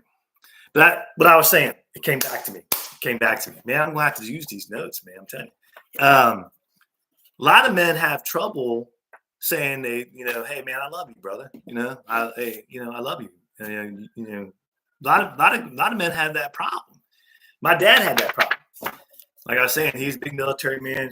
Yes, sir. No, sir. Yes, I'm going to get it handled, sir. I'm right on it, sir. And I'm getting it done, Dad. I'm not Dad, sir. And I'm handling it. He was big on. You handle your business. You take care of it. If I give you a chore to do, I give you a responsibility to do. Your ass better be on it. You better get it done. You better get it done right. And I better not have to come back behind you and do it again. That's the way my dad was. And boy, I appreciate my dad for that because it taught me a lot of things. It taught me how to be disciplined in my life. But anyway, what I was trying to say, he was never one to say, he would show that he loved you in certain ways, but he wasn't going to say, hey, I love you, good night, or whatever. I love you. See you, talk to you later. But he's 85 years old now. And for years, I would call him up and say, "Dad, how you doing? Is things okay? Do you need anything?" Of course, being the man that he is, he never needed anything. Even if he did need something, yeah, you don't need nothing. Anyway, he would, and I'd say, "Well, all right." Then I talked to my mom, but mom's left us, but mom's in a better place. She's in heaven. But he would, mom would say, "I love you," but he wouldn't. He would just say bye. If to get a bye out of him out of the phone was just something he would just sometimes just hang up. But it's funny though now that he's up in age. He's 85 years old. He's doing great. He's in great health. He's awesome. But I noticed it's probably been the last couple of months, maybe 2 or 3 months. When I call him at least once a week and I say, "Dad, how you doing? You need anything? Is the car all right? If you need anything, blah blah blah blah." And he'll say, "No, I'm doing good. I'm doing good. I'm doing good, man. I'm feeling good." I'm like, "That's good, Dad." He said, "I might live another 5 years." I said, "Dad," he's 85. I said, "Dad, I guarantee you'll live to be 100." But anyway, now when we get off the phone, instead of just hanging up or just barely saying bye, he'll say, "Son, I love you, and I'll talk to you soon." And then he'll hang up. And it just, the first time he did that brought chills to me.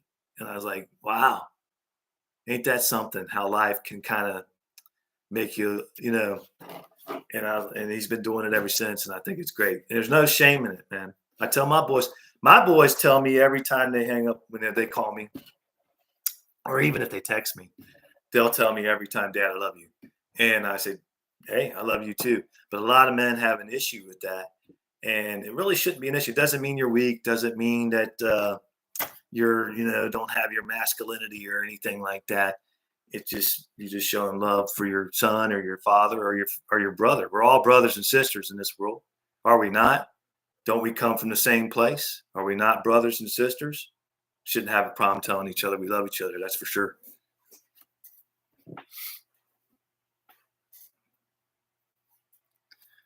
Exactly. You got to keep spreading the love. That's right. Great part of getting to know our community members and sharing some of their stories and thoughts helps somebody else do the same. Yep, you're right.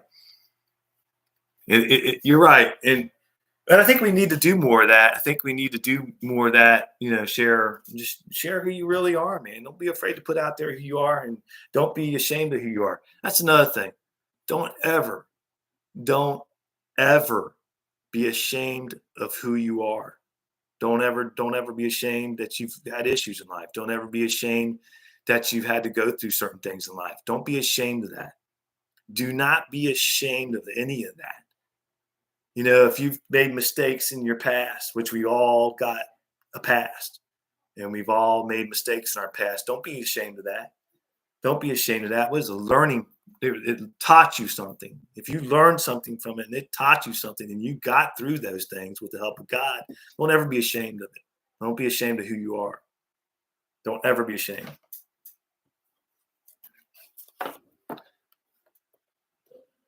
You're right, Thomas. You're definitely right. Always tell, always tell your family that you love them when you're leaving, when you're on the phone, get ready to leave their house. Make sure you tell them that you love them because it could be the last time that you ever do. You're absolutely right. Thanks for bringing that up. You're absolutely correct. And I always make sure I tell my wife or you know whoever I'm seeing or whoever I'm visiting at the time, whatever the case may be. I always tell them before I leave that I love them.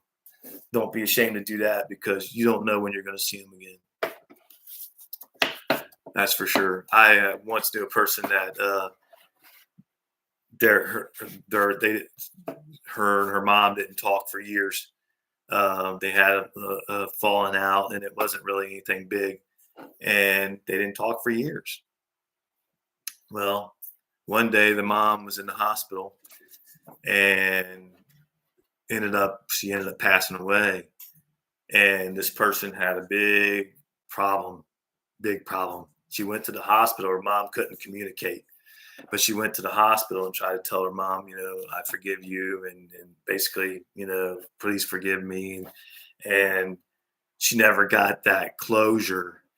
And she ended up trying to commit suicide and really put herself through a lot of stuff. So never cut somebody out of your life. I don't care what they've done. I don't care if you've had an argument with them. I don't care if you're upset at them. I don't care what the situation is. Don't cut people out of your life. Don't walk away. Don't stop communicating. Keep the line of communication there. Their friends, family, I don't care who it is. Keep that line of communication there, because you never know when they're going to be gone. And you had so much to say and so much that you wanted to say, but you being, just being angry at that person didn't allow you to say what you needed to say. No, don't let that ever, don't let that ever happen to you. I've seen bad things happen from that. It's not good.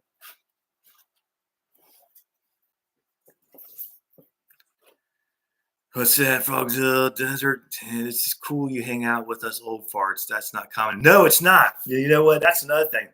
It's not common for younger generation to hang out with us old guys. It's not.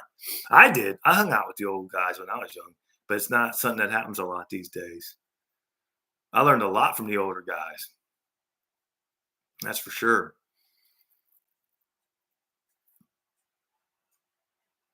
I mean, yeah, I mean, I'm sorry. I apologize for going off on all that, but you know what? That's part of the community. That's part of the motorcycle community, right? It's part of our community, right? We're human. We got feelings. We got things we got to put out there. My dog's trying to get in the door. I see her. I see her down there. She's trying. She's like, "Daddy, what are you doing?" I cut her out because she'll be running in and out of here. But thank you, sir. Thank you, Thomas. Um, yeah, so you'll know what to probably expect from my lives. It ain't going to be this all the time, so don't worry about that. But we'll have topics and we'll have stuff we'll discuss. But it's just some things I wanted to put out there. And when we get on these lives, we'll just let the conversation go where it goes. Just kind of like we do in the duct tape community lives. We just kind of let the conversation go where it goes and just be respectful of one another. That's a big thing, ain't it? That's a big deal. Just be respectful of one another. If you ain't what our moms used to say, mom and dads, if you ain't got anything good to say, don't say anything at all. That's the best. That's a good policy right there. We're here to lift each other up, not put each other down. That's for sure.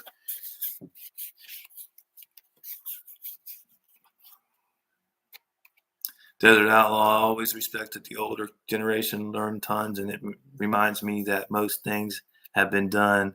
I'm not the first for any pain. Yeah, that's a good point. It's a good point, Desert. That's a good point. I learned a lot. Hey, I tell you what, I'm not only, I'm going to say this to you, Desert Outlaw. I'm speaking to you right now. In my life, I retired from Ford, but I worked at other places before Ford. And I was a certified master technician. Okay.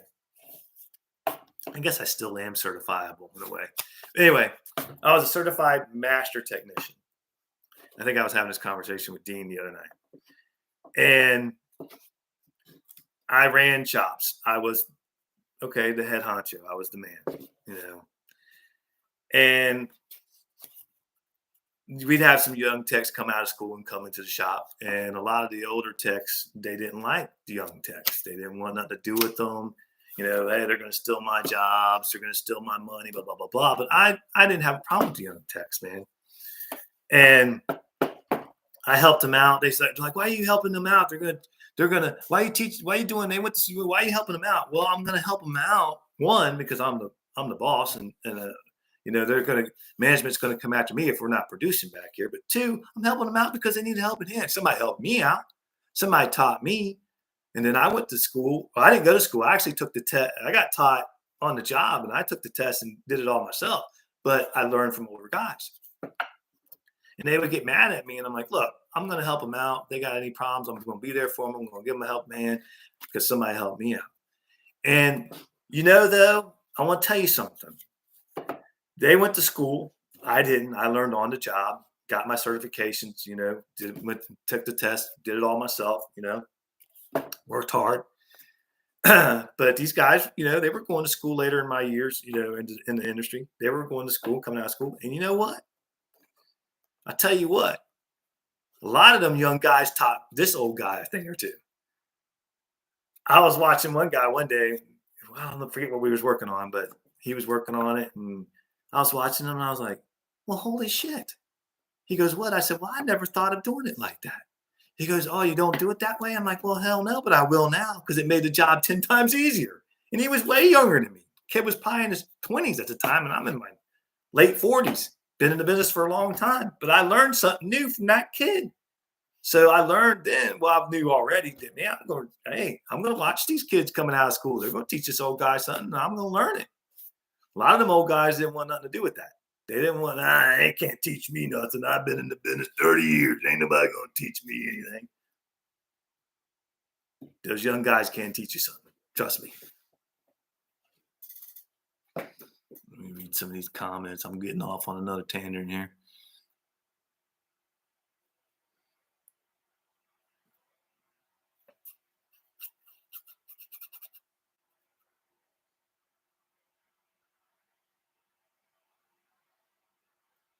Yeah, Thomas, we all got to do that. There's times when I got to bite my tongue. There's times when I want to just say, "What the hell is wrong with you?" You know what I mean? It's like there's times I look at people and think, "What the hell are you doing? What are you thinking?" You know what I mean? I just want to say, just shake them and say, "What the hell are you doing?" But we can't do that. We can't do that. Got to show the love and just show people by your action and show people by what you're doing. Maybe they can look at you and learn something. Who knows? But some people it takes a while. They're unteachable. It seems like, but no, we all can learn. We all can learn, no doubt.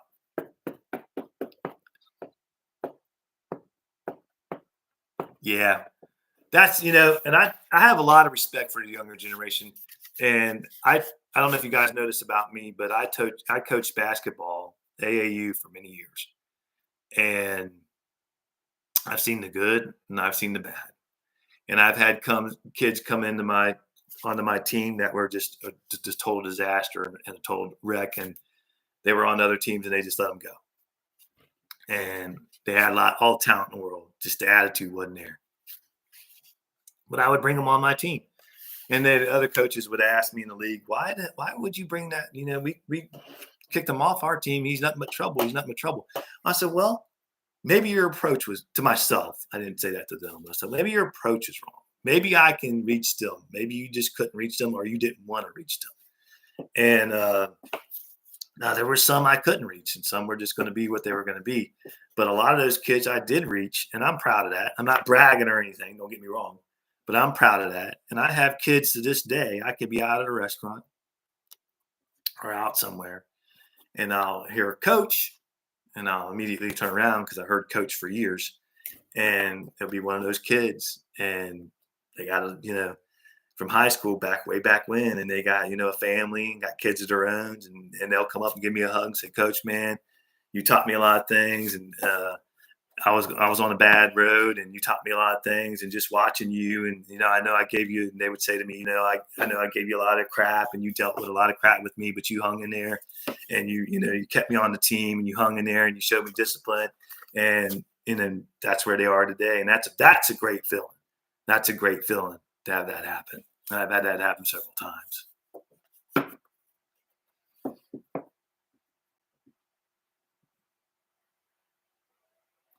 Everyone can be taught to do something, but others have it in their DNA, like born with it. Yeah, you're right. Some people, it's just there. It's just in their it is just in their DNA, definitely.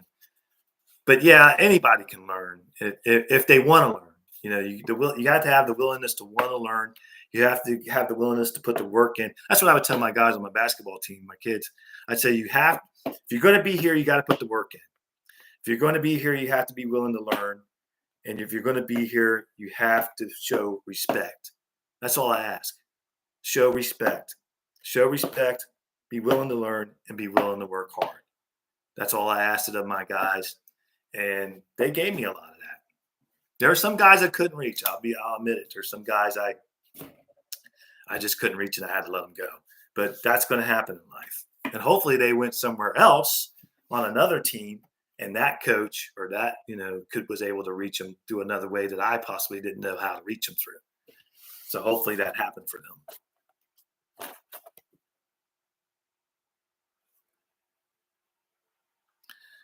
Old Mac, I learn from the young people every day. People at my age are passing on knowledge to those that choose to listen. That's, yeah, pass it on. And those that choose to listen, they'll listen. But that old Mac, that brings up something to me. The younger generation, and I'm not speaking for the whole younger generation, but a lot of younger generations don't want to do the things we did. They don't want to work on cars. They don't want to go into those kind of fields. They don't want to do, I know this ain't going a little bit off what you were talking about, but they don't want to do those things. They don't want, they don't want to get their hands dirty. And that's unfortunate, because what these kids don't understand, and I would tell my kids and when I coached, is there's no shame in being an auto mechanic. I made a damn good living at it. There's no shame at being a plumber. There's no shame in working in construction. There's no shame of being a machinist and working with your hands. You can make damn good money at it. You can make, you don't have to be a lawyer. You don't have to be a doctor. You don't have to go to college. I didn't go to college. I didn't even go to school for automotive. I learned that on the job. And it brought me, it took care of me all these years. So it's a shame that they ain't going into those fields, because society, unfortunately, makes them think that if they go into those fields, that they're less of a person. And let me tell you something. That's the opposite of the truth. That's not true. Those are good jobs, and they can make you a good living if you put the effort into them and learn them and want to work hard. That's the thing about life. That's anything you do. That's anything you do in life. You got to work hard. You got to work hard. You got to have that drive. You got to work hard to get anything, to get anywhere, to gain anything good. You have to work hard to get there.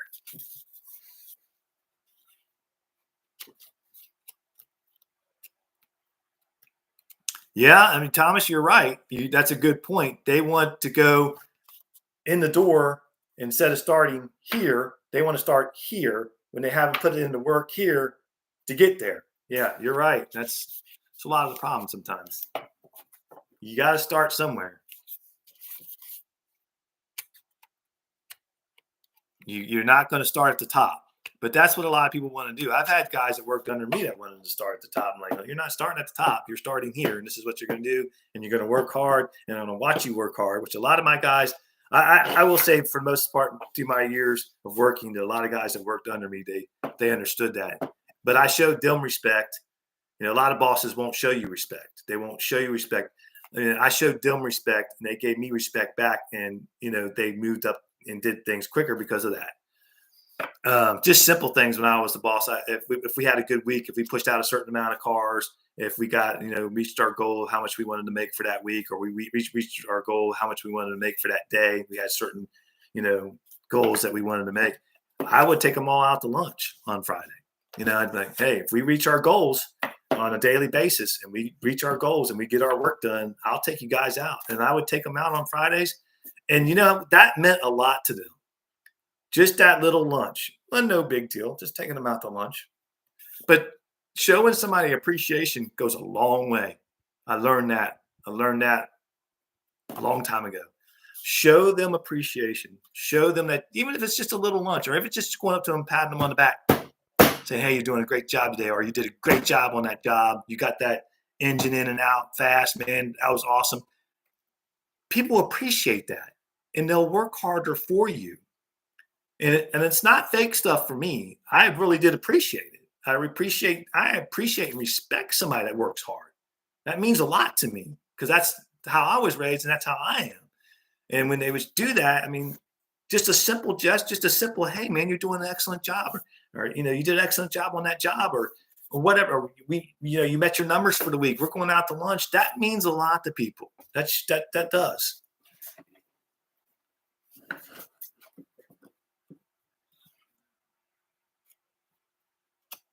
I mean, I watched it. I had to learn how to be a boss. I had to learn how to, to treat people. But I already kind of knew, because when I wasn't the boss, when I started out in the industry, I seen how the bosses treated people. And I'm like, that's not how you gain, that's not how you're going to gain these guys respect. That's not how you're going to get these guys to work hard for you, by treating them, demeaning them, or treating them bad. Because back when I started out in the industry, they call you every name in the book and get away with it. They can't do that nowadays. But back then, they would just treat you like crap if you let them. Now, you had to stand up for yourself, but they would treat you like that. So I learned at a young age, this doesn't work. So when I became the boss and everything, I put the opposite in effect. I said, this is not how I'm going to treat people, because I know what it made me feel like. It made me feel like, well, I don't want to work hard for your ass. But I did anyway, because that's the kind of person I am. But some people are going to say, hey, I'm going to work hard for you. You're going to treat me like shit. Can you blame them? I don't.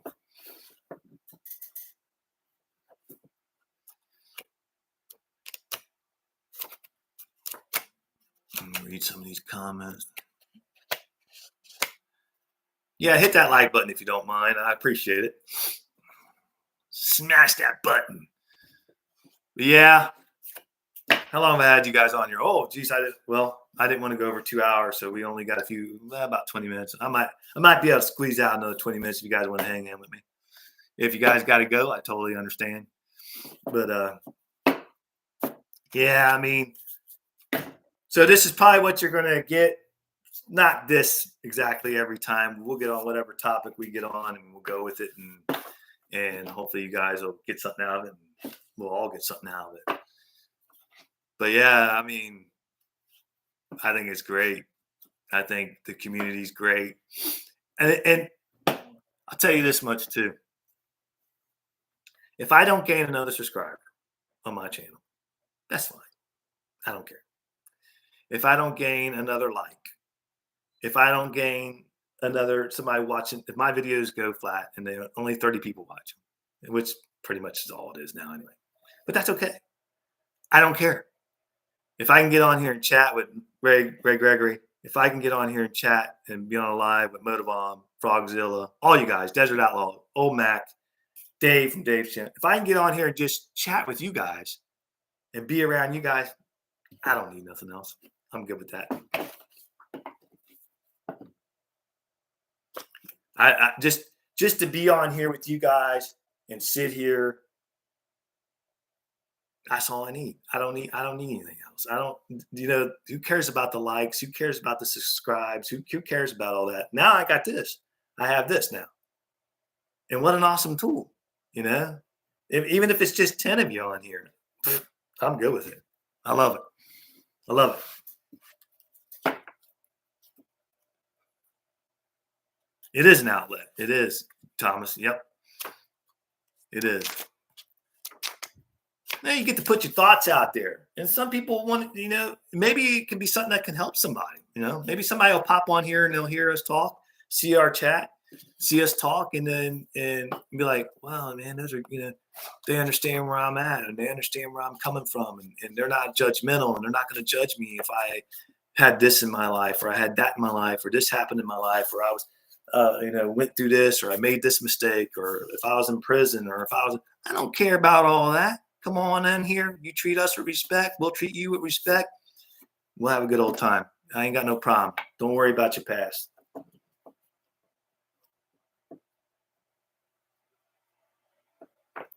Right, Ray. And you get a better response.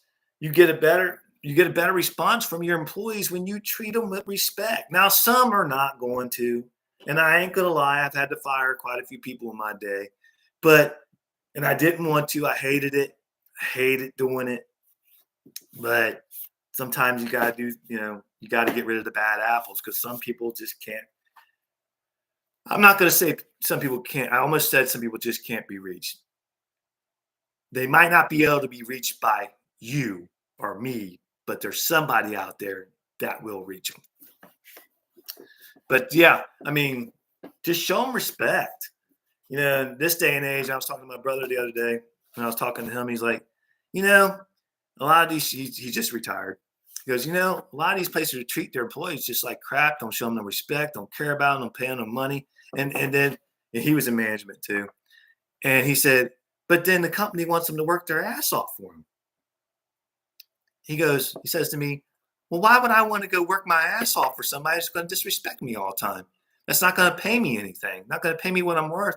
And then not on top of not paying me what I'm worth, but then disrespect me at the same time. I said, I don't blame for people that I don't blame people that go into the job and just come home through the day and get paid and go home, because they ain't getting anything out of it. They're not even getting any respect. They're not even getting respect. I had guys that would come up to me and say, I need a raise. And I'm like, I understand you need a raise. And they're like, well, what can you do for me? Well, I'm management, but I am not the one that's going to be able to, I can't approve your raise. I got to go talk to upper management and see if I can get you a raise.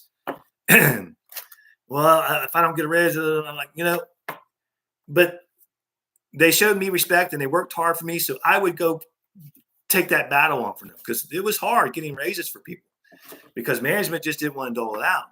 And I would just hound management, upper management.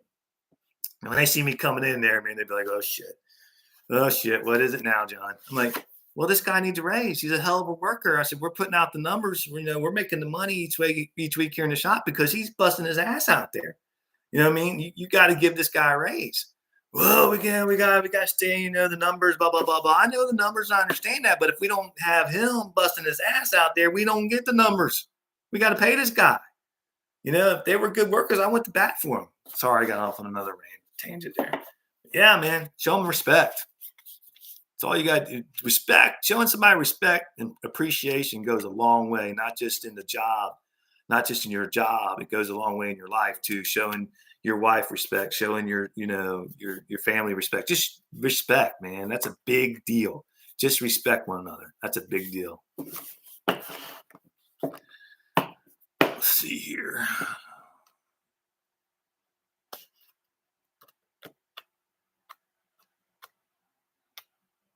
It is trying times, without a doubt. The times are very trying. I mean,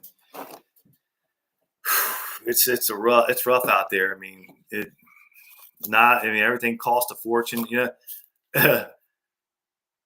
and my wife talk about it all the time. We go to the store. When I was raising my boys, and I had a family of 4. Well, a family of 3. I raised my nephew. We have family of 5, and we could go to the grocery store and spend, I think it was like $100 a week to feed all of us. And now me and the wife go to the grocery store and we're spending $200 a week just to feed me and my wife. That tells you that something's wrong. Something's really wrong. It's not good. It's rough out there. When you got people choose to decide whether do I eat this month, or do I eat this week, or do I pay the rent? Do I pay the car payment? Do I pay the credit cards? What do I do? Which ones do I do? Because I can't do them all. That's a problem. And they're working their asses off, and the wife's working and the husband's working, but yet they still can't make their bills. That's a problem.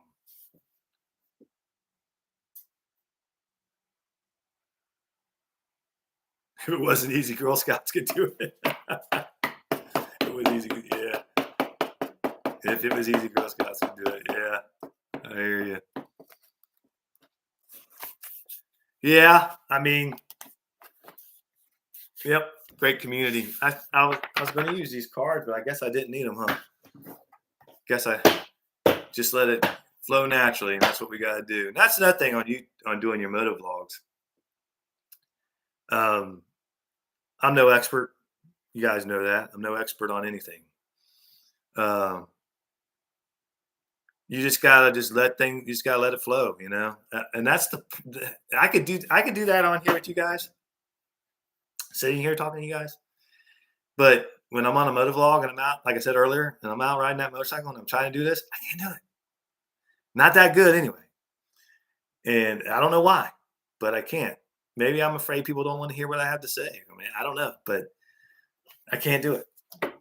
But sitting here with you guys, or even, I don't know. It's strange.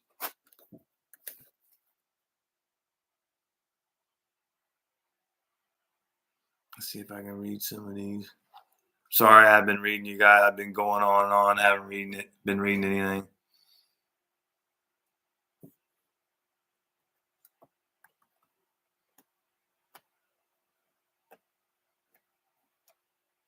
Yeah, that's true. People do go through a lot these days. People do go through a lot. A lot of people are hurting. You know, it's sad, but hopefully it'll get back on track. Don't lose hope. We can't lose hope. We always got to have hope in our heart. We always got to hope for the best, pray for the best. That's another thing we don't do, and I'm guilty of it a lot of times too. We don't pray enough. We don't just ask God, hey, help the world, help the people in the world, help, just send a prayer out for people. So a lot of people struggling, a lot of older people, and it hurts my heart that a lot of older people out there they're deciding whether to pay their house payment, excuse me, or they're deciding whether to get their medication. What are they going to do this month? They're going to have food, or they're going to have their medicine. It's bad. It's a bad deal. Bad deal for sure. But there's always hope. As long as we keep God in our hearts and God in our minds, there's hope.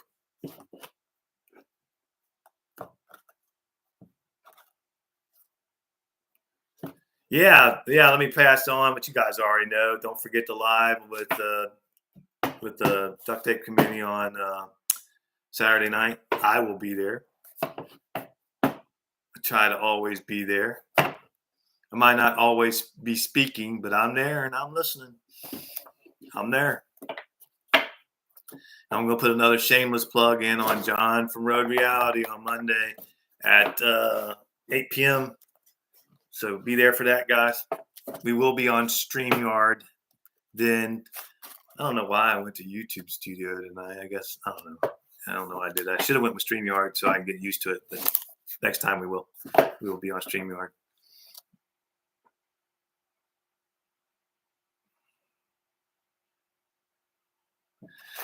Yeah, I mean, my prayers go out to Recycle. I haven't seen much of him, Recycle Hooligan. I haven't seen much of him, and I hope he doesn't get mad at me for saying this on here if he hears about it. But my prayers go out to you, brother. Whatever you're going through, if whatever, I'll leave it at that and just say you're always welcome here, man. If you have any problems, reach out to me privately. If you need any help, any of you guys, you need any help, anybody to talk to, you need to reach out to me privately. You can message me in my. You can reach me on Instagram. Send me a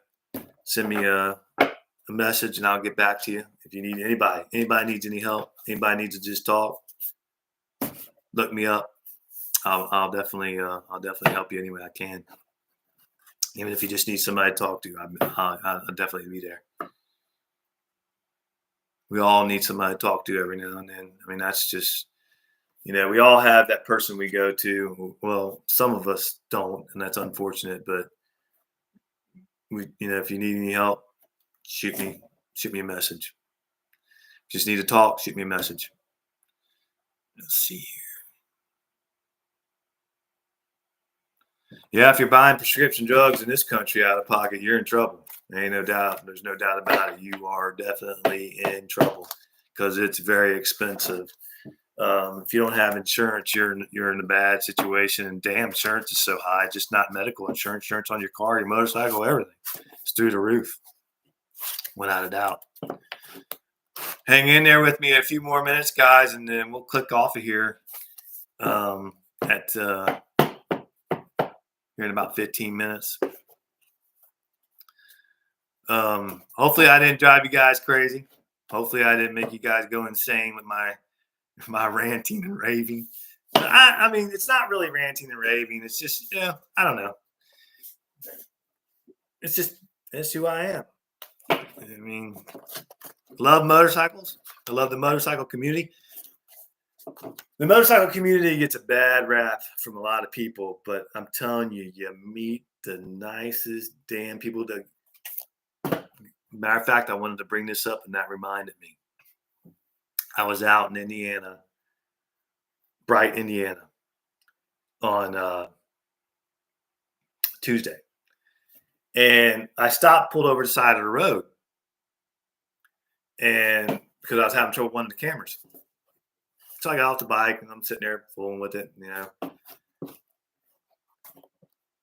I had at least 3 or 4 people stop. Say, "Hey, brother, you all right? Everything good?" I'm like, "Hey, I'm good. Thanks for stopping." Now these people were all of them actually were in work trucks, and they said, "Hey, I'm a fellow rider, man. It's all good." And you know what? People act like the motorcycle community is full of like bad people. No, it's not. It's full of people that'll give you the shirt off their back. I mean, they're just, hey man, you need anything at all? I need me to take you somewhere. No, I'm like, no, I'm good. But hey man, I really appreciate you stopping. If you see a bike, it everybody thinks, and I've had this thought too before. Everybody thinks, okay, you see a biker stopped at the side of the road, well, they're resting or whatever. Or they got a cell phone, they can call somebody. Don't always assume that. Now, some people say this, and I've had people tell me this, and I've had this thought too. Well, maybe they're stopped there to get you, to trap you into something. Maybe. But if you see a biker on the side of the road, just pull up for a second and say, hey, do you need a hand? Is there anything I can get you? Is there anything can I go get you something? Maybe if they're waiting on a ride or waiting on a tow or something like that, you can go grab them a bite to eat or whatever. You ain't got to take them in your vehicle, but you can go grab them a bite to eat, get them something to drink, whatever. If you see a biker on the side of the road, stop and ask them if they need help. I think that's a big deal. But yeah, the motorcycle community is not like what a lot of people. We're good people. Now there's bad and everything. There's bad apples and everything. We all know that. But the majority of motorcycle people that ride motorcycles are good people. You don't have to just ride a Harley to be a good motorcycle person either. We don't care what you ride. Ride your ride, man. Ride what you like. Ride what makes you happy. But a great community. I'm just proving it right here. I'm proving it right here tonight. The motorcycle community is a great community. You guys are right here on here to support me. If you're doing a live, I'm down there to support you. We're a good community. We're here. I haven't met none of you guys in person. Not a single one of you, but you're here. So that means a lot. That shows you a lot. It's a good community. Let's see.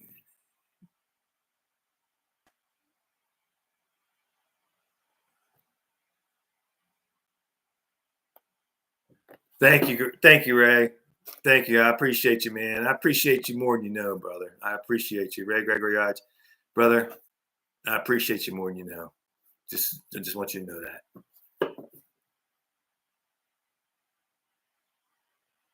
Hey, old Mac, I appreciate you too, man. Well, you know what? I appreciate every one of you. Every one of you. Every one of you mean a lot to me, and I've never met you, and that says a lot. I appreciate every one of you. I can tell you're good people. That says a lot. I appreciate every one of you. About 2 minutes, and I'll let you guys go, and you can stop hearing me ramble on about all this stuff. But yeah, good community. And I don't know why people think bad about the motorcycle community. I've heard people say, other guys that ride Kawasaki's or Yamahas or whatever, which are great bikes. Don't get me wrong. I love all bikes. I said that several times on this live. But I've heard some of them guys say, "Oh, you ride a Harley. All Harley riders are all mean old men." No, we're not. Get to know us. We're not mean old men. We're good old men. We'll do. If you show us respect and you give us respect, man, we'll give you the shirt off our back. I mean, that's just the way we are.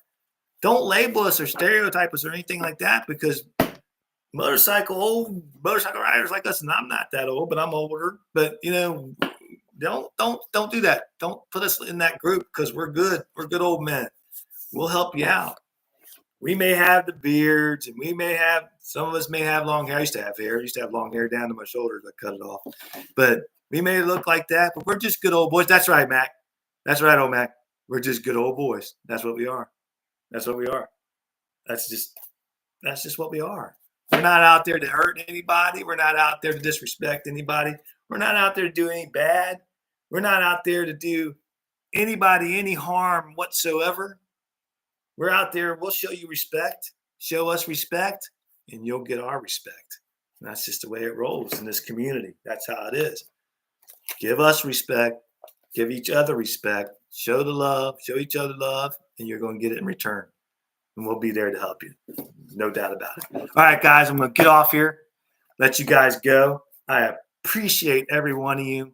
I know I tell you guys that all the time. I hate to be redundant, but I'm going to be redundant because that's just me. Like I said earlier in the video or in the live, be you. Don't be ashamed to be you. Be who you are. Be the best person you can be and roll on with life. And don't forget when you're out on that motorcycle, and do me a favor, don't forget to don't forget to just be in the moment on that motorcycle. Be in the moment on that motorcycle and appreciate the fact that you're out there on that motorcycle and you're able to ride that motorcycle. It's a big deal. If you ride a motorcycle, you get it. You understand it. It's a big deal. Don't ever take it for granted. Don't take anything for granted. Don't take that motorcycle for granted. Don't take that you can ride for granted. Be thankful that you can ride. Enjoy the ride. Embrace the ride. Be safe on the ride. Take God with you on that ride, and he'll bring you home safe. I think I told Dean this the other night. I pray when I get on the bike. I pray while I'm riding for my safety and people's safety around me, not just my safety. I pray that I'm safe from people, other riders or drivers, and that they're safe from me because I can make a dumb mistake and hurt somebody. And I pray when I get home and I give thanks that when I pull in the garage, I give thanks to God that I made it home alive. But don't take it for granted, man. Respect that bike and just be appreciative that you're able to ride that bike, that you have a bike. Some guys out there want a bike and they don't have one. So just embrace the moment. You never know, that could have been your last ride. The last ride you were on, that could have been your last ride. I'm not saying like you could have been killed or anything like that, but things happen in life and that could have been the last time you're going to be on that bike. So enjoy it. Have fun when you're out there. Try not to get so wrapped up in the motovlogging so much. Make sure you make time for you just to be one with that motorcycle and enjoy that motorcycle and enjoy that ride and the therapy that it gives you and the peace that it brings upon you. That's a gift from God. So enjoy it, embrace it, respect it, and be safe out there. Thanks, guys, for showing up. I appreciate you very much. And I will see you, all of you, I'm sure, Saturday night. Again, thank you. Love you guys, every one of you. And I'll see you then. Take care now.